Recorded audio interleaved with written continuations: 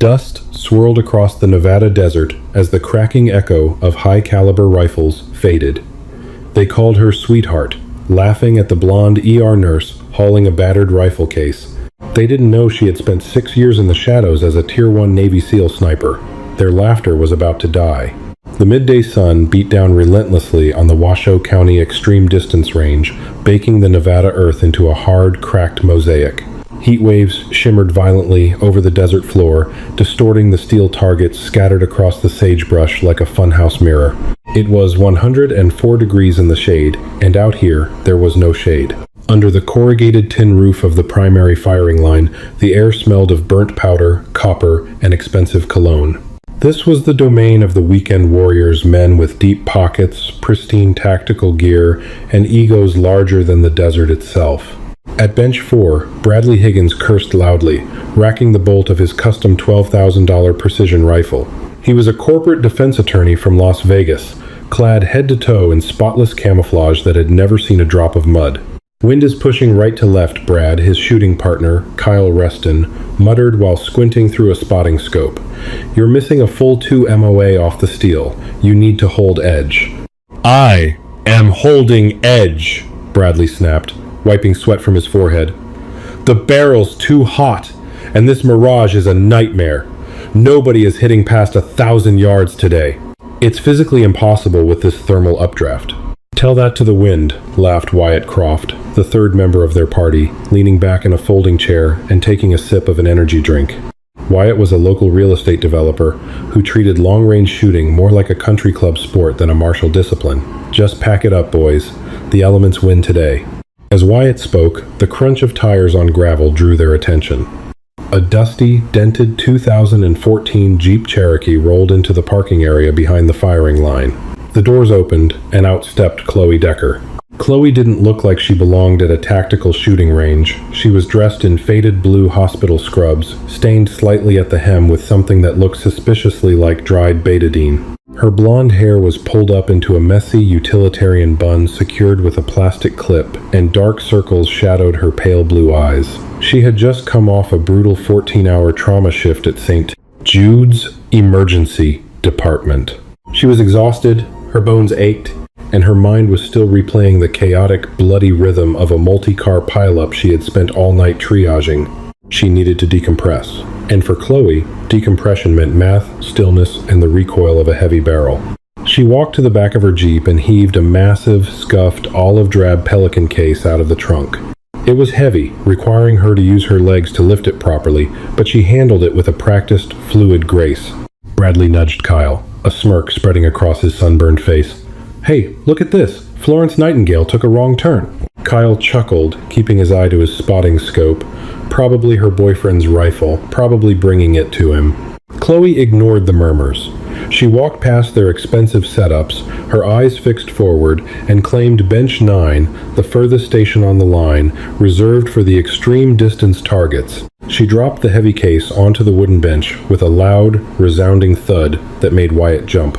"Excuse me, sweetheart?" Bradley called out, his voice dripping with condescension. He stepped away from his rifle, hooking his thumbs into the belt loops of his tactical trousers. The pistol range is about a half-mile back down the dirt road. This section is for precision rifles, long-range stuff. You don't want to be over here when the big guns go off. Chloe paused, her hand resting on the latches of her case. She didn't turn around. Her voice, when it came, was soft but carried a chilling calm. "I'm exactly where I need to be, thank you." "Just trying to save your ears, honey," Bradley persisted, walking closer. "Those scrubs are cute, but they don't exactly offer hearing protection. And whatever your husband has in that box, it's probably got a muzzle brake that'll rattle your teeth." From the small range shack behind them, the heavy wooden door creaked open. Samuel Pops Jenkins, the 70-year-old retired Marine sniper who ran the facility, stepped out. He held a clipboard in one hand and a Kestrel wind meter in the other. He took one look at Bradley harassing the blonde woman at bench 9, and a slow, knowing grin spread beneath his thick white mustache. "Mr. Higgins," Pops called out, his voice like gravel, "I'd suggest you get back to your rifle. You've blown through $80 in match-grade ammunition and haven't dinged the 1,000-yard plate once." Bradley flushed red, his jaw tightening. Just giving the lady some friendly advice, Pops. The Mirage is brutal today. The lady doesn't need your advice, Pops said, walking past the men and heading straight for Chloe. Chloe finally turned, offering the old Marine a tired but genuine smile. Hey, Pops. Rough night, Doc? He asked softly, using the nickname he had given her the first day she showed up at his range 2 years ago. Car wreck on the I-15, Chloe sighed, rubbing her eyes. 3 casualties, only saved 2. I need the noise today, Pops. I need the quiet between the noise. Pops nodded solemnly. He knew pieces of her story, not all of it, but enough.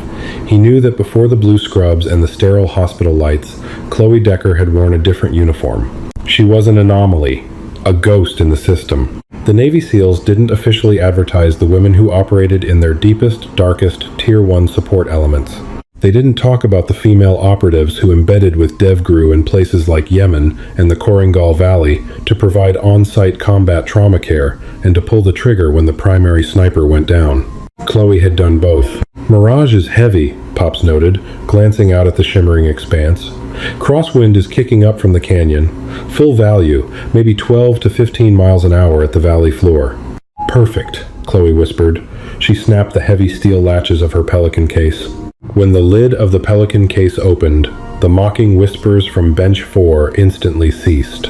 Bradley, Kyle, and Wyatt craned their necks, expecting to see a standard hunting rifle, maybe a pink-stocked AR-15, or at best a factory Remington 700.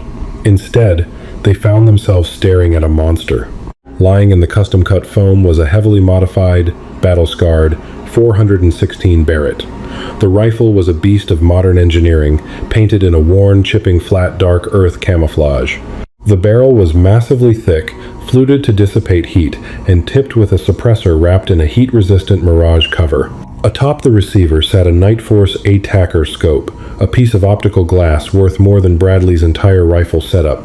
It wasn't a shiny Safe Queen. It was a weapon that had been dragged through the dirt, baked in the sun, and fired in anger. Jesus, Wyatt muttered, lowering his energy drink. That's a $10,000 rig. Who the hell does she belong to? Probably a rich divorcee who got her ex's toys in the settlement, Bradley sneered, though his eyes betrayed a flicker of envy. He couldn't help himself. His ego demanded he reassert his dominance over the firing line. He walked over to Bench 9, invading Chloe's space once again. Nice piece of hardware, Bradley said, crossing his arms. The 416 is a big boy cartridge, pushes a solid brass bullet. It's expensive to feed. You sure you know how to dial that scope?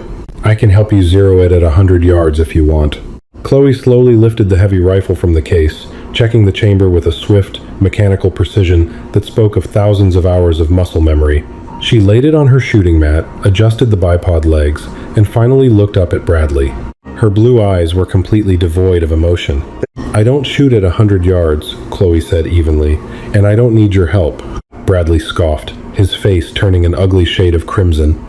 Look, lady, I'm just trying to be nice. You roll in here in your pajamas, pull out a rifle you clearly don't know how to handle, and act like you own the place. I shoot precision competitions across the state. I know what I'm doing. Right now there is a 12-mile-an-hour crosswind. The air is thinning out due to the heat. If you try to shoot past 500 yards, you're going to embarrass yourself. Chloe ignored him, turning to Pops. What's the density altitude? Pops checked his Kestrel. Temperature is 105. Barometric pressure is 29.8. Humidity is 12%. Your density altitude is pushing 6,500 feet right now. The air is thin. Bullets are going to fly fast and flat. And the wind?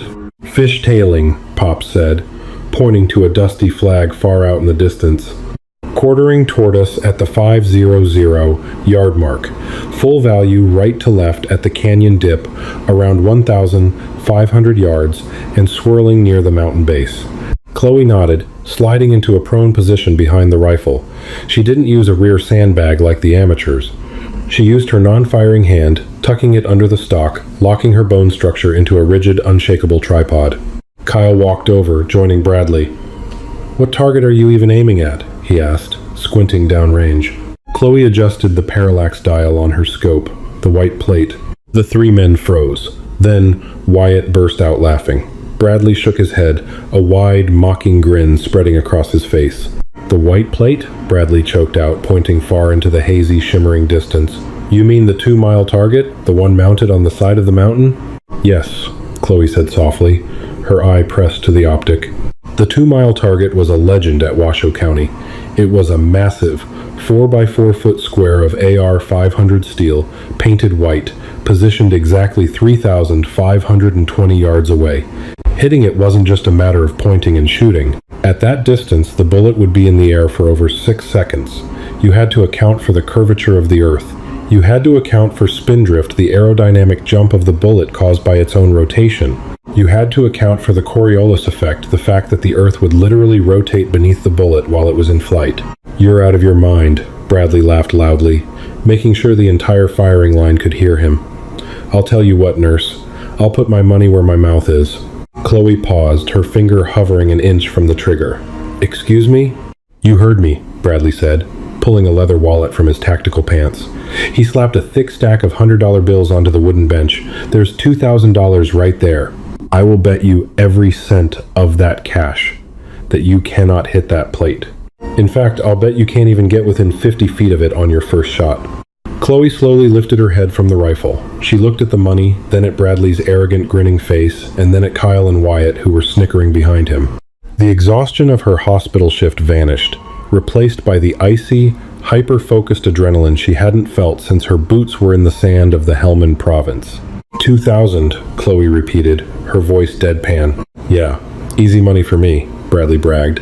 "But if you miss, you pack up your little husband's toy and leave. Deal?" Chloe reached into the pocket of her scrubs, pulled out her phone, and tapped the screen. She checked the ballistic calculator application she had programmed herself, the one that utilized algorithms classified by the Department of Defense. She turned back to the scope. "Pops, hold the money." Pops scooped up the cash, his eyes gleaming with anticipation. He stepped back, pulling a massive set of observation binoculars from his chest rig. "Money secured. Range is hot, Doc." Chloe settled her cheek against the stock. The world around her vanished. The mocking laughter, the heat, the smell of cologne, it all faded into absolute nothingness. There was only the crosshair, the wind, and the math. The silence on the firing line was absolute, save for the dry, relentless howl of the Nevada wind whipping through the corrugated tin roofing. Bradley Higgins, Kyle Reston, and Wyatt Croft stood paralyzed, their mocking grins slowly dissolving into expressions of uneasy anticipation. They watched the blonde trauma nurse, expecting her to fumble, to hesitate, to betray a lack of confidence. Instead, they witnessed a machine powering up. Chloe Decker was no longer in the sweltering heat of Washoe County. In her mind, she was back in the Hindu Kush Mountains, embedded with SEAL Team 6 under the call sign Valkyrie. The human body operates on a fundamental rhythm. The beat of the heart, the intake of oxygen, the steady tremor of muscle under tension. Chloe knew how to hack that rhythm. She inhaled deeply, a slow, measured drag of superheated air, and let it out through her teeth. Her heart rate, which had been elevated from the adrenaline of the confrontation, began to plummet, 80 beats per minute, 60, 55. She opened her ballistic app one last time, memorizing the firing solution. A 2-mile shot 3,520 yards was an exercise in absurd physics. She was firing a .400 grain monolithic solid brass bullet from her .416 Barrett. The projectile would leave the muzzle at a blistering 3,150 feet per second. But the distance was so immense that the bullet would travel through 3 entirely different weather systems, crossing a canyon updraft, a crosswind, and a thermal inversion layer near the mountain base. More terrifyingly, she had to calculate for the rotation of the planet. During the bullet's 7-second flight time, the Earth would physically rotate beneath it. If she aimed directly at the white AR-500 steel plate, the Coriolis effect would cause her round to miss by a full 3 feet to the right. Add in spindrift the rightward curve of the bullet caused by the rifling of her barrel and aerodynamic jump from the crosswind, and the math became staggering. Her hands moved over the Night Force ATACR scope with blind, mechanical fluency. Click, click, click. She dialed the massive elevation turret. She needed an absurd 32.4 milliradians of upward angle just to fight gravity. The barrel of the rifle physically tilted upward like an artillery piece. Click, click. She dialed 4.1 mils of left windage into the side turret to fight the canyon breeze and the Earth's rotation. She's dialing it like she actually knows what she's doing, Wyatt whispered nervously to Kyle. She's faking it, Bradley hissed back, crossing his arms defensively. Nobody hits a cold bore shot at 2 miles. The military's best snipers need 3 walker rounds just to walk the splash onto the target. She's gonna put it in the dirt, and I'm keeping my $2,000. Pops Jenkins stood a few feet behind Chloe, his eye glued to the massive spotting scope mounted on a tripod. He didn't say a word, he just watched the wind flags, waiting. Chloe closed her eyes for a microsecond. She ran through her mental checklist. Bone support, muscle relaxation, respiratory pause, trigger control. She opened her eyes. The crosshairs settled into the mirage. The target, even at maximum magnification, was nothing but a tiny white speck swimming in a sea of boiling heat waves. She didn't aim at the plate. According to her math, she needed to hold her crosshair entirely off the target, aiming at a piece of barren gray rock 20 feet high and 12 feet left of the steel square. "Wind is holding steady, Doc," Pops murmured, his voice a low, calming rumble. "Full value in the canyon. Swirl at the target has died down. You have a window." "Sending," Chloe whispered. She let out half a breath. The world stopped spinning. The wind stopped howling. For one solitary second, the universe shrank down to the 3.5-pound break of her custom trigger. She squeezed. The 416 Barrett detonated with the concussive force of a hand grenade. A massive, violent shockwave blasted out of the muzzle brake, kicking up a blinding cloud of desert dust and violently flapping the pant legs of the men standing behind her. Bradley instinctively flinched, taking a step backward as the raw kinetic energy of the rifle punched him in the chest. Chloe didn't flinch. She rode the massive recoil flawlessly, absorbing the violent kick into her shoulder, her eye never leaving the glass. She kept the trigger pinned to the rear, executing perfect follow-through. "Impact in 7, Pops called out, reading the chronometer in his head. Silence descended again, heavier this time. The bullet was currently ripping through the stratosphere, tearing across the canyon at Mach 2. 6. Bradley chewed his lower lip. 5. Chloe racked the massive bolt backward, ejecting the smoking brass casing, which hit the wooden deck with a loud clink. She effortlessly fed another round into the chamber, reacquiring her sight picture. 4. 3. Wyatt pulled down his sunglasses, squinting desperately at the distant mountain. 2. 1. Pops didn't move. He kept his eye on the glass. Through the heavy mirage, a tiny, violent gray puff of vaporized lead and dust erupted on the very center of the white plate. A full 2 seconds later, the sound finally traveled back across the valley. Ding. It was faint, but unmistakable. The crisp, resonant chime of high-velocity copper and brass striking hardened AR-500 steel. Pop stood up, pushing away from his spotting scope. He looked at Bradley, his weathered face completely blank. "Center punch," Pops announced. "Dead center. Cold bore." The color completely drained from Bradley Higgins' face. Kyle's jaw dropped open, his energy drink slipping from his fingers to spill onto the dusty ground. Wyatt just took off his hat and ran a trembling hand through his hair. "No," Bradley breathed, stepping forward. "No way. That's impossible." "Scope doesn't lie, son," Pop said, tapping the eyepiece. "Take a look for yourself." She painted a gray smudge right on the X-ring. Bradley shoved past Pops and pressed his eye to the spotting scope. He frantically adjusted the focus ring. There it was. A fresh dark impact mark sitting squarely in the middle of the pristine white plate, surrounded by the blistering Nevada desert. Chloe calmly engaged the safety on her Barrett. She didn't cheer. She didn't pump her fist. She simply looked at Bradley, her blue eyes piercing right through his fragile ego. "I believe you owe me $2,000, she said smoothly. Bradley backed away from the spotting scope as if the metal had physically burned him. His face contorted, shifting from stunned shock to a deep, ugly shade of embarrassed rage. His ego, forged in the ruthless courtrooms of Las Vegas and polished by years of unearned entitlement, simply could not process the humiliation. An exhausted trauma nurse in hospital scrubs had just accomplished a feat of marksmanship that he couldn't replicate in 100 lifetimes. "Bullshit," Bradley spat, his voice trembling with fury. "That was a complete fluke. A lucky gust of wind. You just pointed that artillery cannon at the sky and prayed." A center mass impact at 3,520 yards isn't luck, Mr. Higgins, Pops said coldly, pulling the stack of $100 bills from his pocket. It's math. She won the bet. Fair and square. I'm not paying $2,000 for a lucky shot, Bradley shouted, storming back toward his own bench. Double or nothing. You take another shot right now, nurse. Let's see you do it twice. Chloe sighed, shaking her head. I don't need to prove anything else to you, Bradley. Keep your money. Just keep your mouth shut while I finish my range session. No! Bradley grabbed his custom precision rifle off bench 4. He was frantic, moving with jerky, aggressive motions that violated half a dozen basic firearms safety rules. I'll show you! It's all about the ballistic coefficient. I loaded these rounds myself in my garage. Custom hand loads, searing hot. I'll punch that plate right now. Brad, calm down, man, Kyle said, stepping forward, his hands raised. Your barrel is smoking hot. We've been shooting string after string. Let it cool down. Back off, Kyle, Bradley snapped. He snatched a brass cartridge from his ammunition box.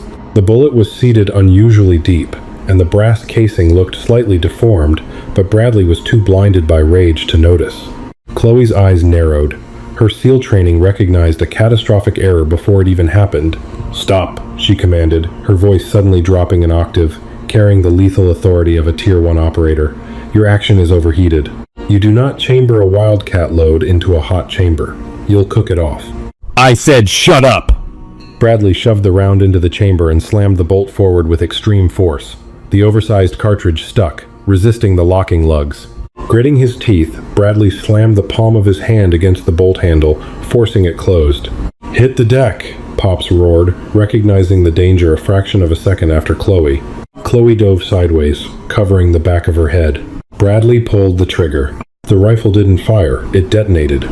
Because the chamber was scorching hot, the powder ignited before the bolt was fully locked. The resulting explosion was catastrophic. The steel receiver of Bradley's $12,000 rifle peeled open like a cheap tin can. A blinding flash of orange fire engulfed the bench.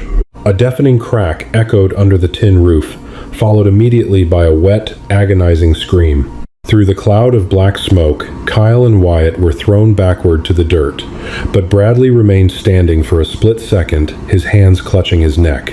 A jagged 2-inch piece of shrapnel from the shattered bolt assembly had ripped through his collar, severing his external jugular vein and deeply lacerating the surrounding tissue. Bright, arterial red blood was spraying in a violent, pulsing arc across the wooden bench. Bradley collapsed to his knees, his eyes wide with absolute terror as his life literally pumped out of his neck. "Oh my God!" Wyatt shrieked, scrambling backward in the dirt. The sniper was gone. The trauma nurse took over. Before Bradley even hit the ground, Chloe was on her feet. She sprinted the 15 feet between them, sliding onto her knees into the pool of spreading blood. "Pops, call medevac. Get care flight in the air right now," Chloe barked, her hands moving in a blur. She ripped open the Velcro flap of her heavy Pelican case. Beside her precision rifle was an olive drab medical bag she carried everywhere, a fully stocked combat trauma kit. She yanked out a package of Celox rapid clotting gauze and trauma shears. "Kyle, get over here and hold his arms down. He's going into hypovolemic shock. He's gonna thrash," Chloe ordered. Kyle, trembling and pale, crawled forward and pinned Bradley's flailing arms. Bradley gasped, his face turning an ashen gray. "Look at me, Brad," Chloe commanded, her voice cutting through his panic. She grabbed him by the chin. "I've got you. You are not going to die today. Do you hear me?" With ruthless precision, she ripped his tactical shirt open. She jammed her fingers directly into the bleeding wound, finding the severed vessel by feel. Bradley screamed, but Chloe didn't hesitate. She packed the wound tightly with the hemostatic gauze, shoving it deep into the laceration until it hit the artery, then applied crushing, two-handed pressure directly to his neck. "Keep the pressure. Do not let up," she muttered to herself, her forearms locking tight. "Stay angry. Stay awake." For 7 agonizing minutes, the only sound under the tin roof was Bradley's ragged breathing and the distant, approaching thrum of a helicopter rotor. Pops had called in a life flight chopper directly from St. Jude's, the very hospital Chloe had just left. The care flight helicopter touched down in a blinding storm of desert dust. 2 flight medics sprinted out, carrying a stretcher and a jump bag. "We got him! What's the status?" the lead medic yelled over the rotors, dropping to his knees. He looked up. freezing when he saw who was holding the wound. "Chloe, you just got off shift." "Shrapnel to the neck. Jugular laceration," Chloe reported rapidly. "Packed with Celox and holding mechanical pressure. He's tachycardic. I'll maintain the hold while we move him." "Copy that, Doc," the medic said, deferring to her. They secured Bradley to the backboard. As they lifted him, Bradley's blood-stained hand weakly reached out, grabbing the sleeve of Chloe's ruined, soaked scrubs. He looked up at her, the arrogance entirely stripped away, leaving only the terrified gratitude of a man who had stared into the abyss. Chloe gave him a single, curt nod. "I'll see you in the ICU tomorrow, Brad. Don't make me regret saving you." They loaded him into the chopper, and within seconds, it was lifting off, banking hard toward the Las Vegas skyline. Chloe stood alone in the dust, her arms covered in blood up to her elbows. The wind whipped her loose blonde hair across her face. Pops walked up beside her, holding the stack of bloody $100 bills. Kyle and Wyatt were sitting on the dirt, staring at her as if she were a descending angel of death and mercy all wrapped into one. "Well," Pops said softly, "that was quite the morning, Doc." Chloe looked down at her bloody hands, then back toward her open Pelican case, holding the massive 416 Barrett. She let out a long, exhausted sigh. "Yeah, Pops," she said, turning toward the wash station. "Keep the money. Donate it to the St. Jude's pediatric ward. I'm going home to get some sleep." Did this Navy SEAL trauma nurse just teach these arrogant weekend warriors the ultimate lesson in respect? You won't want to miss the jaw-dropping finale of her 2-mile shot and the terrifying twist that followed. If you loved this intense story of hidden skills, poetic justice, and real-life heroism, hit that like button, share this video with your friends, and subscribe to our channel for more incredible, real-life drama stories. Drop a comment below. What would you have said to Bradley before that impossible shot?